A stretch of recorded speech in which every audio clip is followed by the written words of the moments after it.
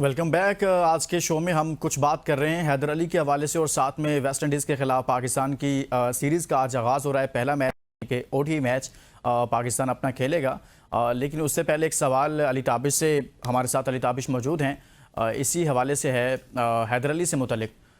अली, आपको क्या बताया जा रहा है कि अभी तक अगर ऐसा हो जाता है कि वो आगे चलकर केसेस में जिस तरह से शिकायत दर्ज करवाई गई है, कुछ हकायक निकल आते हैं, सच सामने आता है, सच से मुराद में मैंने लफ्ज़ सच बोल दिया, यानी कि इल्ज़ामात दुरुस्त हो जाते हैं कि जी ऐसा ही हुआ है, तो आप समझते हैं किस नौयत की सज़ा हो सकती है? देखें, जो उनका कानून उनको अलाउ करेगा मोस्ट प्रोबेबली, क्योंकि स्ट्रिक्टेस्ट होगी। क्योंकि ना वो गोरे हैं, ना वो बरतानवी नज़ाद के हैं, ना वो क्या कहते हैं, ही इज एन आउटसाइडर। हम्म। और जब भी आप, क्योंकि ऐसी जब किसी जगह पे होते हो तो वो to make an example out of you, वो आपको कड़ी से कड़ी सजा देते हैं। तो जहां तक मेरा नाक़िस अकल कहती है, आई थिंक इंग्लैंड में स्टैट्यूटरी रेप की शायद शायद जो सजा है वो 15 साल है।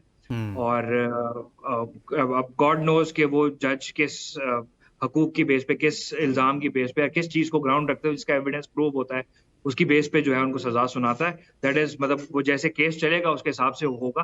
But then again, if he is found guilty, then sure उनको बिल्कुल पूरी सजा मिलनी चाहिए। अगर आपने ये गलती की और ऐसी घिनौनी गलती की है, ठीक है, गलती तो नहीं इसको कहा जाएगा, आप ऐसी हरकत जब भी करते हो, अल्लाह माफ करे, तौबा तो अपने पूरे होशो हवास में ही करते हो। लेकिन हम्म। ऐसी अगर आपने कोई चीज की है तो उसकी जितनी कड़ी से कड़ी सजा होनी चाहिए, वो बेशक बरतानिया में हो, वो पाकिस्तान में हो, ऐसे इंसान को पूरी यानी सजा कि मिलनी चाहिए। यानी लेकिन कि ये जो केस है, ये हैदर अली के कैरियर को ख़त्म भी कर सकता है। देखें, ऐसा केस आपके ऊपर जब इल्जाम भी लगते हैं ना, हमने देखा ऐसे काफी सारे इल्जाम बहुत सारे डिफरेंट इंडस्ट्री के लोगों के ऊपर भी लगे, तो उसके बाद उनका करियर उठ नहीं पाता। ठीक है, और हैदर अली का करियर तो वैसे भी काफी डामाडोल रहा है ऑल ओवर। लेकिन ये हालिया दिनों में उनकी शाइन्स के लिए परफॉर्मेंस बड़ी अच्छी रही है।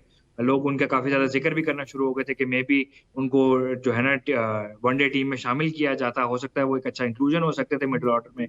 बट देन अगेन, जब ऐसा इल्जाम आपके ऊपर लग जाता है ना, तो आपका क्या कहते हैं, जब तक वो या तो गलत साबित ना हो या उसकी कोई सेटलमेंट ना हो, आप कहीं दुनिया में अपनी शक्ल दिखा नहीं सकते। और जिस तरीके से जो ये ग्रेटर मैनचेस्टर पुलिस ने उनका साथ जो बर्ताव रखा है कि उनको मैच से उठा के लेके गए हैं, वो ग्राउंड से उनको पिक करके लेके गए हैं, ऑब्वियसली कुछ ना कुछ तो होगा उस कंप्लेंट में, उस क्या कहते हैं, जिसने भी उनके खिलाफ रिपोर्ट करवाई है, जी। कुछ ना कुछ सब्सटेंस तो होगा, कुछ ना कुछ तो दिया ही होगा, जिसकी बेस पे, क्योंकि वैसे कहने को कहा जाता है कि जो ब्रिटिशर्स हैं, जो ग्रेट ब्रिटेन के लोग हैं, they are the most polite. वो आपको ज्यादा तंग नहीं करते, आपको ज्यादा जो है ना वो तमीज से बात करते हैं। बेशक बहुत ज्यादा वार्म नहीं होते, लेकिन बहुत ज्यादा बदतमीज भी नहीं होते, लेकिन बहुत पोलाइट होते हैं। अगर आप, उनकी पुलिस आके ऐसा कर रही है कि आपको मैच से उठा के लेके जा रही है, तो ऑब्वियसली कोई खतरे की घंटी तो है, कोई खतरे की अलामत तो है। उसके बाद अगर क्या कहते हैं, जो एविडेंस जिसने भी रिपोर्ट फाइल की है, हम्म। उन्होंने जो दिया होगा, उसमें कुछ ना कुछ तो होगा कि उनको बेल पे वापस निकलना पड़ा।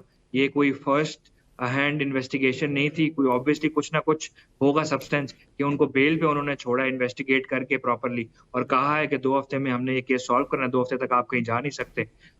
तो obviously there is some matter to it. लेकिन ऐसे किसी भी इल्जाम के बाद किसी भी इंडस्ट्री में आप हों, आपके करियर को वापस परवान चढ़ना बहुत ही मुश्किल हो जाता है।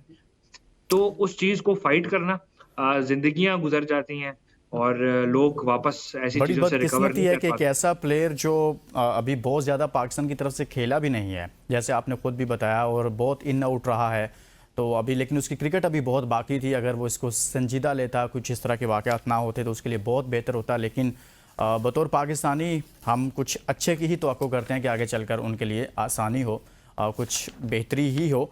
लेकिन हम कुछ बात करेंगे अली, आज पाकिस्तान का पहला मैच है वेस्ट इंडीज़ के खिलाफ, और पाकिस्तान ने T20 सीरीज़ में वेस्ट इंडीज़ को शिकस्त दी है। Pakistan versus West Indies ODI टीमों का अगर मुआवजा करते हैं, तो आपको क्या लगता है कि पाकिस्तान ओडीआई फॉर्मेट में बेहतर टीम है, मजबूत टीम है जो मौजूदा स्क्वाड है? देखें, कुछ कहा नहीं जा सकता। आप थोड़ी सी हिस्ट्री देख लें दोनों टीमों की, जी। तो पिछले 5-6 मैच दोनों टीमें हारी हुई हैं, एबैंडन भी हुआ है, नो रिजल्ट भी हुआ है। तो कोई खास ओडीआई की परफॉर्मेंस रही नहीं है। मोर और लेस पाकिस्तान के लिए एक धचका जरूर था कि जब फखर जमान इंजर होके इस टूर से बाहर हो गए, क्योंकि उनका बहुत बड़ा हाथ हो सकता था वनडे की ओपनिंग में। वनडे की ओपनिंग के साथ हम पिछले कुछ अरसे में बहुत ज़्यादा एक्सपेरिमेंट कर चुके हैं। हमने बाबर को भी अपना खिला के देखा, जी, जी। हमने साइम को भी खिला के देखा, फिर साइम इंजर हो गए, फिर फ़खर ज़मान लगे रहे, अब फ़खर ज़मान इंजर हैं। तो अब हमारा ओपनिंग किस हिसाब से होगी, आपकी टीम का स्ट्रक्चर मोर और लेस मिडल ऑर्डर तो तकरीबन वही रहेगा। आपके बाबर, आपका रिज़वान, आपका क्या कहते हैं हसन नवाज़, आपका मोस्ट प्रोबेबली मोहम्मद नवाज़ भी और सलमान अली आगा भी।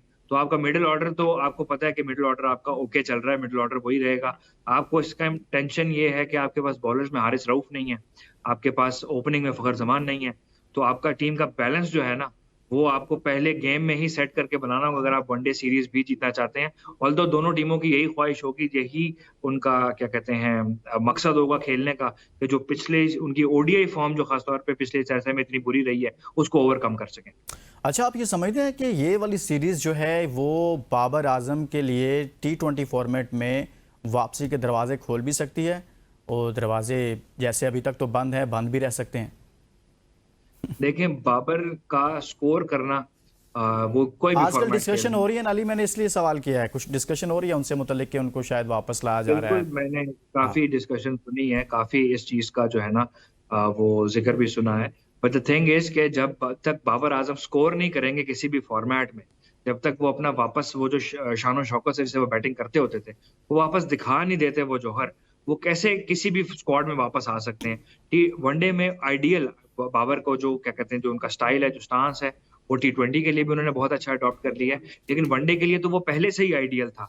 जिस स्ट्राइक रेट पे वो खेल रहे हैं, जिस एवरेज से वो खेलते हैं। लेकिन वो जब तक स्कोर नहीं करेंगे, जब तक रन्स नहीं लगाएँगे अपने नाम के आगे, तब तक वो टेस्ट स्क्वाड में भी कैसे वापस आएँगे और वनडे स्क्वाड में टी20 स्क्वाड में भी कैसे वापस आएँगे।